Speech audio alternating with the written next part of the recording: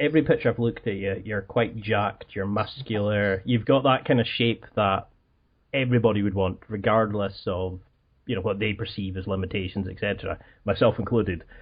How have you changed your eating habits, your fitness, to encapsulate your illness and what some would say is a disability? Obviously, you've used it as a positive thing.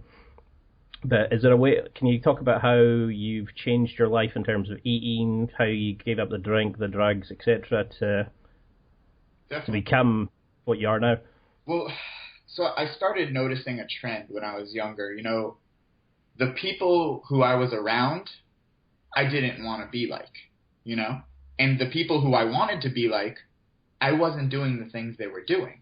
I wasn't eating right. I wasn't working out consistently. I wasn't. I was partying. I was doing, drinking and doing drugs whenever. And I realized I needed to adapt my lifestyle to the people I wanted to be like rather than the people I didn't want to be like. And that's such an obvious thing that a lot of people don't even realize. Like, look around and say, if where you are isn't aligning with where you want to be, then something has to change, and you can't change other people. You can change yourself and your thoughts. So I learned early on that making a decision every day was the biggest change you could do, not instantly, but over time. My goal, I was tiny when I was growing up. I was 130 pounds in high school. People look at me now like, oh, you were gifted. Gifted? I have a disability and I'm diabetic. What do you mean gifted? I wasn't gifted with anything, I gifted myself a decision, a daily decision. I gifted myself with a choice that I made over the last 5 years. So people say, how did you do that? Was it eating right? No, I messed up a lot. I ate crap food sometimes. A lot of times, Was it going to the gym? I missed gym sessions. It's normal. But more overall, I made a decision every day to move forward, to move towards my goals. So I'll always come back to the decision because it's your decision to make, but it takes time, and people don't put in the time.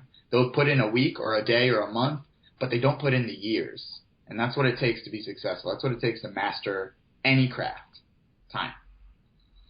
Yeah, because I think that what a lot of people struggle with is that moment of when you read these transformations, they've always been super clean eating, they've always been to every gym session. I can say that was honestly not me. I was not always clean eating. I was not born into the fitness lifestyle. I was not given a good body to start with. I was given every obstacle ever. And I'm not perfect, but I overcame them because instead of looking at the bigger picture of, oh my God, there's so many things that I need to overcome, I said, what can I do today to make it a little better? I'm not a saint by any means, but I know what it takes to make a change, and it's a daily decision.